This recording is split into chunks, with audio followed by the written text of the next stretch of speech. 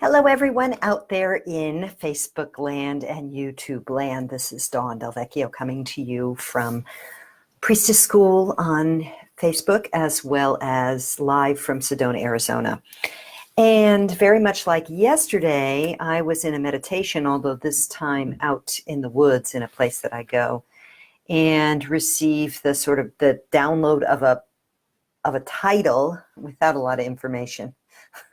So the title of today's live is They Want You to Sling Mud, or How to Handle Haters, Including the Self-Hater Within.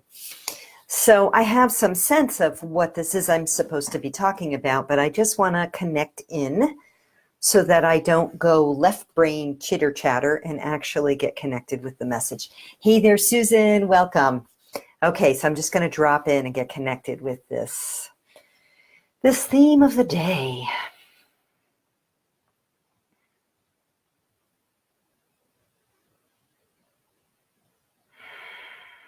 They want you to sling mud. So is anyone else noticing how much mudslinging is going on? It's as if the worlds are splitting sometimes. On the one hand, we see so many people really beginning to awaken and to activate higher, what we would call higher frequency energies, such as love, forgiveness, respect, understanding, spiritual inquiry, those kind of things. And on the other end of things, on the other side, we see many people going into basically rampages of hate, rampages of judgment, attack, opposition, resistance, etc. And this is designed to be this way. So I'm going to take us for a moment up to the sort of big 30,000 foot view, the meta picture, if you will, at least how I see it. And of course, I'm not alone. I'm not the only one perceiving this, but I'm going to share it with you from my perspective. So come with me for a moment on a journey up high into the ethers to look down upon Mother Earth and her children, the human family, to get a perspective of the energies at play here right now.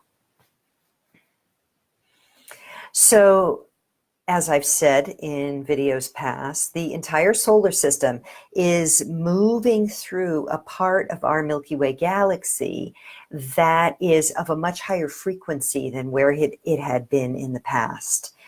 And because of that high frequency, we are all being bathed in higher frequency energies. Now, those higher frequency energies are what is, to some degree, triggering what we call the awakening. So it's as if light bulbs go on, or many of us get tapped on the shoulder, or we have an urge to evolve, a desire, an emerging sense that the life of three-dimensionality we've been living with our ego-driven goals is completely insufficient for the longing and the yearning and the spiritual calling we are feeling. And because of that, many of us go on soul-seeking journeys to heal ourselves of old psychospiritual wounding or incarnational wounding, to find a spiritual path that has purpose and meaning for us, that has a deeper meaning than just, let's say, the goal of success or a family or a house with a picket fence, the sort of old school goals, 3D goals. Thanks for the love. So that is this higher frequency we are being bathed in is part and parcel to this awakening that many of us are experiencing. And still, those of us who are really able to access these frequencies and actually do something about it are few, relatively speaking. The vast majority of people are still either struggling for survival or are so laden with layers of conditioning, trauma, hate, fear, etc., judgment, survival issues, that they're not in a position to really take advantage of these frequencies. Still, they're being bathed in them. So there's a power elite on this planet. It's a very small group of people who are controlling the governments of this planet, controlling the economic systems of this planet, controlling the resources of this planet. Hey, Courtney, welcome. And there are still some people who call that conspiracy theory, and that's fine. There's so many of us now there's so much evidence out there. We have to look at that the politicking going on, the petty politicking and all the other stuff that's going on, if we don't address the underlying issue, which is that there's a control elite controlling both sides, no matter what country you're in, controlling all sides of wars, controlling all sides of everything. Until we really look and address that, we're not going to really get very much farther in terms of transforming culture, transforming society, transforming resources so that they become available to all of us. So nonetheless, at this time, we still have this controlling situation. So in order for this small secret elite, the sort of little man behind the curtain, if you will, making a reference to the Wizard of Oz, until we really look at that, we're going to keep battling among ourselves. We're going to keep going into the dialogues and the banter around politics or whatever the issue is, having one side and the other, whether that's conservative or progressive or whatever it is. We keep looking to each other to try and work something out. And this serves the power elite, because as long as we're looking at each other for the problem, we never look to where the real problem is. And that's why I say they want us to sling mud at each other. So what has happened over the last several decades, if not more, at least in America, but I would argue that it's across much of the planet, is there has been a very interesting designed, slow rollout of rhetoric, education, entertainment, dialogue, debate, value systems that are increasingly steeped in intolerance, name-calling, judgment, and a complete lack of the old Greek systems of logic and rhetoric, such that we can now have things like newscasts that actually have no actual logic, because everything has been polarized and dumbed down to the point where name-calling, mudslinging, and questions that arise that aren't related to one side or the other are immediately polarized into one side or the other. So if we raise questions, for example, about an issue at hand, like let's say a really hot topic in the States is the whole immigration issue, right? So if we raise a question that says, now wait a minute, actually those pictures of the children behind the fences are from the Obama administration, we are immediately categorized into this sort of pro-Trump thing. Or if we say, like for me, I advocate the rise of divine feminine energies, not because I'm against masculine divine energies, although I very much am raising awareness around toxic masculinity, as many of my brothers are on this planet. But when I talk about, like when I have a video that reveals some of the experience of the retreats that I lead for women, and I get someone posting on there Trump 2020. So there's an underlying assumption that because I am advocating empowerment for women, I am anti-Trump, and therefore a pro-Trump person feels he has to shove something in my face. This is ridiculous. This is a polarization that's inorganic, that's not natural, and is designed to keep people slinging mud at each other.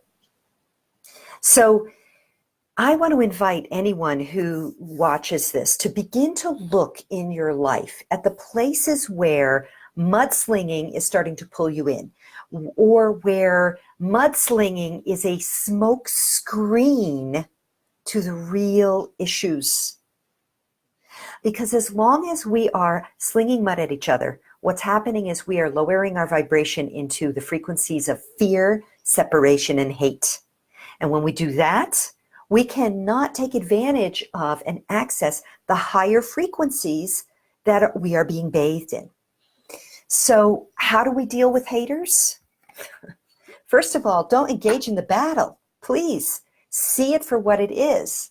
A battle of polarized opposites without the gray area and without looking to the real source of the problems, let's say, is only staying locked in. It's like being on a treadmill.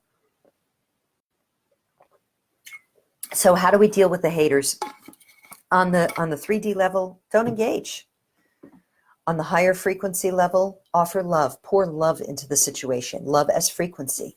And this is not a, and we're going to go deeper with this, but I want to complete this thought.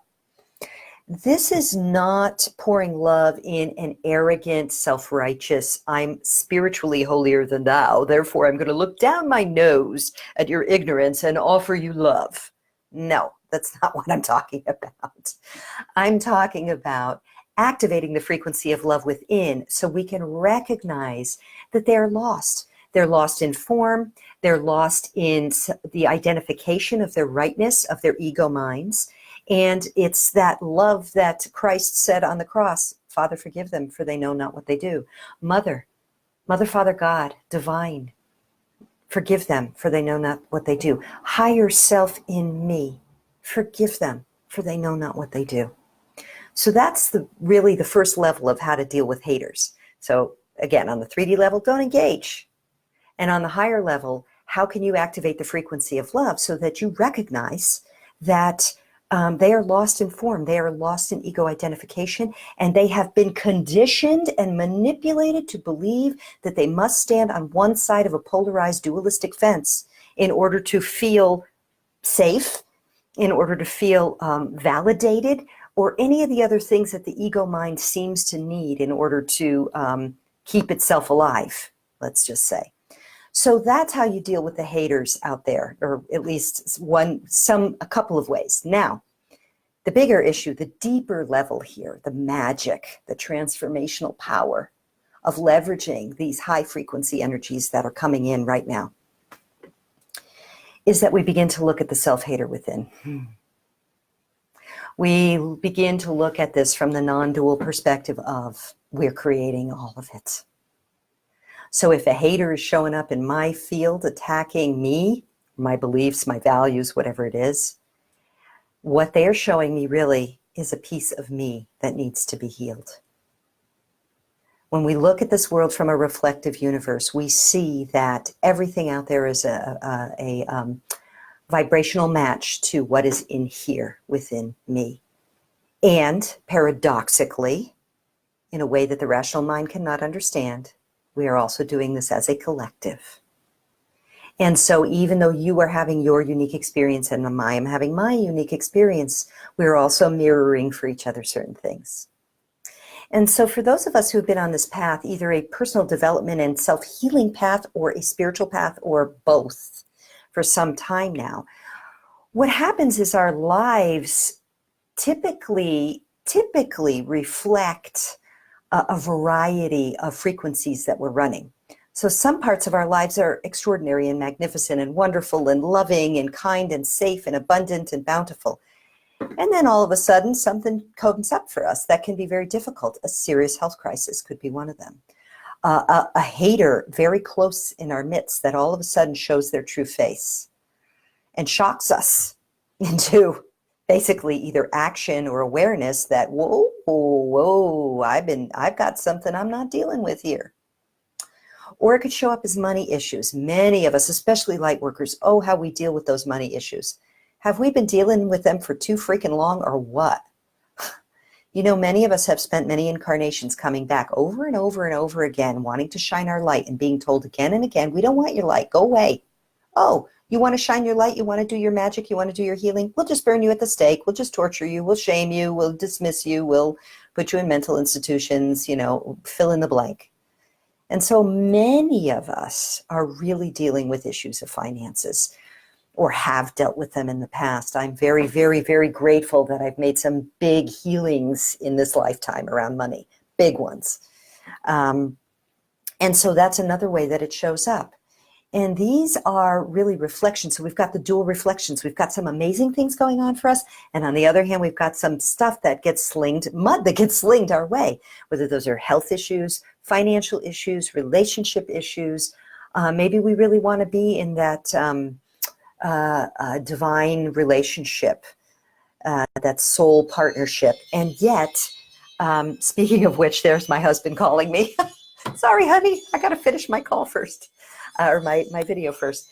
And yet, so we're desiring the love, the divine relationship, and yet he or she doesn't show up. And so we're like, wow, I'm working on myself, I'm working on myself, I'm working on myself. Where are you? Where are you, my beloved? Right? This can be a real challenge.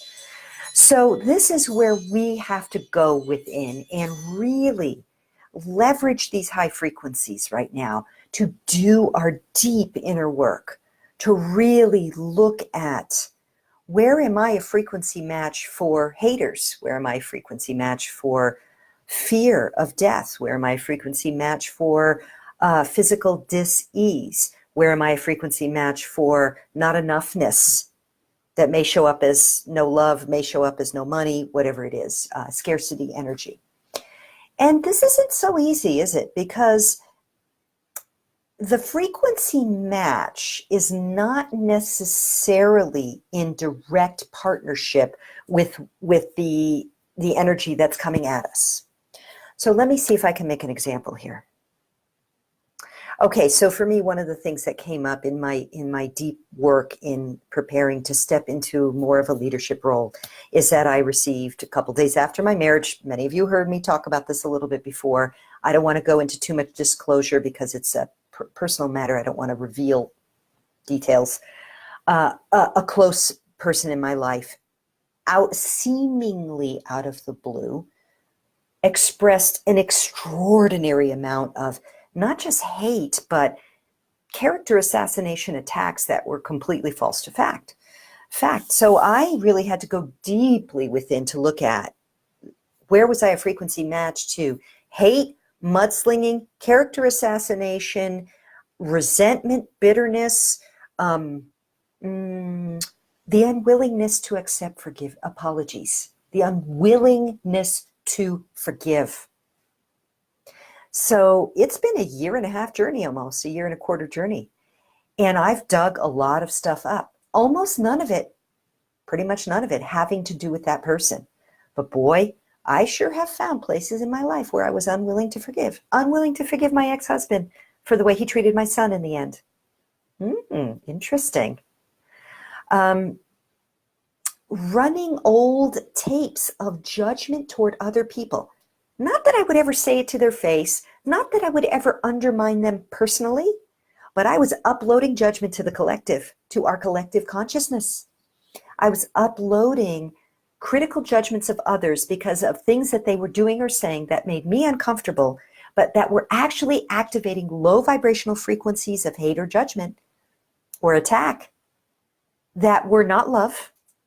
They were not love. They weren't necessarily like on the outside. I was showing the face of innocence saying, well, I would never hurt that person. But honestly, on that frequency level, not only was I hurting that person, but I was hurting myself because I was running those frequencies. So I was hurting myself with attack energies, even though they seemed to be attacking someone else out there. And even though they seemed to be innocent, because I wasn't actually saying anything or doing anything about them. My rational mind knew better than that. And my compassionate mind knew better than that, because the higher frequency self recognizes that we're all in struggle. But still, the ego mind had too much leeway, let's say, to run lower vibrational frequencies without a leash, without a boundary set on it. So this experience I had of this close person in close proximity to me doing this attack, character assassination, this verbal attack, was one of the greatest gifts, because what it did was it turned me in on myself. And it turned me into look very, very deeply at all the ways that the ego mind within me was running hurtful, low vibrational frequency thought patterns, uncontrolled rampages of opinion that serve nothing and no one. And it really brought me to a deep, deep inner reflection. It also brought me to the forgiveness practice of A Course in Miracles. And that has changed my life. Now, I'm not saying I've mastered this by any stretch, but boy, I have a much better handle on where I am running self-hater frequencies toward myself. I'm too fat, I'm too old, I'm too this, I'm too that, whatever. And also those low vibrational hater frequencies towards others silently in my mind. Even if it's like, oh, my husband never cleans the kitchen. He's just blah, blah, blah, blah, blah. That frequency matters. Like literally, the frequencies we run, ultimately, when we run them for long enough, they become form. So when we are running frequencies for long enough that are related to either self-hate or judgment or fear or separation or anxiety, they could show up as dis-ease in the body. They could show up as external people in our lives undermining us. They could show up as conflict, as fear, as trauma, as all of these things, as not enoughness. So I mentioned already, like financial struggle was one of the biggest ones in my life. I was born into a family where the messaging of there's no jobs, there's no money, there's not enough was a standard statement from early on. So I had a ceiling. So I'd always be safe, always be protected, always have a home. But like I'd hit the ceiling, right? With my head, I'd hit the ceiling. So I was always struggling, and you had to work hard, you had to work hard, you had to work hard. So those are things that I've had to work on personally, and they only came not from working harder, from really going within and clearing up the old subconscious programming, in part through neuro-linguistic programming, conditioning the mind, reprogramming the mind, but also just through literally reining in the ego mind that goes into habits of fear around not enoughness. And sometimes that was around money, but sometimes it's around other things like time. So I'm starting to ramble a little bit, or maybe I've been rambling. But what I'm wanting to really do is flesh out something that I talk about from a number of different angles. So let's start to bring this back around now to where I began, which is the mudslinging. They want us to sling mud at ourselves and each other.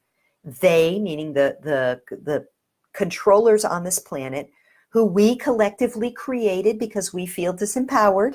So it's like a vicious circle, right? So we believe we're separated from God, and in our fear and anxiety around that, we've projected everything outward as out there as danger, Will Robinson, danger for us to have to manage out there. And in that process, over time, we have developed. Developed, fallen asleep, and left the gates open, such that an elite small group of people are controlling this planet.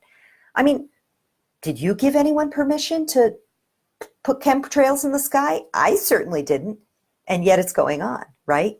So there's this energy out there. There's this small elite group that's siphoning the money off the people and siphoning our control. And we're like these little, kind of, many people are like slaves on this planet. And the frequencies bombarding the planet now are causing a great awakening to happen, such that we're awaking spiritually to remember that we are the divine in form, and that actually the power of our minds to create whatever we want is way beyond anything we could conceive. And so those that have claimed the power don't want us to know this. They don't want us to know this. They want to keep us at low vibrational frequency, in fear, hate, separation, and they want us slinging mud at each other as much as is possible, so that we're looking at enemies outside of ourselves and slinging mud, staying in low vibrational frequency of hate, and never waking up to the fact that we have the power to remove them in an instant if a critical mass of us collectively raises our vibrational frequency to love and above. And so how do we deal with the haters? We love them. We love the hell out of them because they are living in hell. That is how we handle it. And that means deep work, sisters and brothers. It means deep work. It means loving the hell out of ourselves too. And we don't do it alone. We do it in community with others. We do it through getting the support of systems and services, like not external 3D systems and services, things like A Course in Miracles, things like NLP, hypnosis, things like a regular daily practice of self-love and prayer. We love the hell out of ourselves until we feel the frequency of love and peace. And so I'm going to connect in and see if there's anything else. I see there's some messages there, but I want to stay because it's flowing through. So I want to let it flow through. Begin to really develop a self-discipline of observing your thoughts that are going on automatically behind the scenes. Notice what they are. Notice where you feel fear and trace it back. Notice where you feel judgment of others and trace it back. Or I should say, when you feel fear, trace it forward. What triggered it? And notice your triggers and trace it back, because it almost always goes back to fear, separation, that sort of thing, feeling judged. So when you are doing those little things that you do every day, washing the dishes, driving your car somewhere, making plans, sitting quietly, drifting off to sleep, waking up at night, sitting on the toilet, what is your mind doing? What are you thinking about? Where is it drifting off? Where is fear triggered? What is triggering the fear? Just begin to observe these things and ask for your guides, your angels, the frequencies of love to come, to the Holy Spirit, the Divine Mother, to come and take these judgmental thoughts from you. Take these fears from you, that you may resurrect your own energy to that of love. And be vigilant, because this is a vigilant practice. We have been conditioned for generations and for however many years you've been on this planet in this lifetime to feel separation, judgment, hate, fear. And that's not all, obviously. I mean, it's like there are people you love and there are people who are the other, and you separate out. So we've been very, very conditioned to see ourselves as separate from others and to see some people out there as enemies attacking us. And then we want to attack back. And all of that is separation. And all of that is the conditioned ego mind that keeps us out of the frequency of love. And so it's a very disciplined practice. It's a daily practice. It's a sacred work. It's a lifetime sacred work to begin to rein in the ego mind and to begin to clear ourselves of those old judgments and those old energies and frequencies that only serve to keep us in fear and separation, and only serve to keep us away from, out of range of, harnessing those high frequencies that we are being bathed in right now. In order for us to create a new earth, an earth based more in the frequencies of love, where every child is safe, where every mother is safe, where every man is able to be in his divine masculine principle instead of the toxic, dangerous masculine.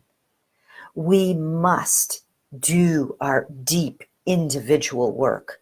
We must look courageously, compassionately, daily, in a disciplined way at all those places where we are not in alignment with love, where we are in the frequencies of fear, and offer them up to the Holy Spirit. Ask our guides and angels to support us and do our own healing work, whether that's getting healing help from others or whether that's actually just surrendering completely every single time we catch ourselves in fear thoughts, attack thoughts, self-hate thoughts, attack of other thoughts, all of that.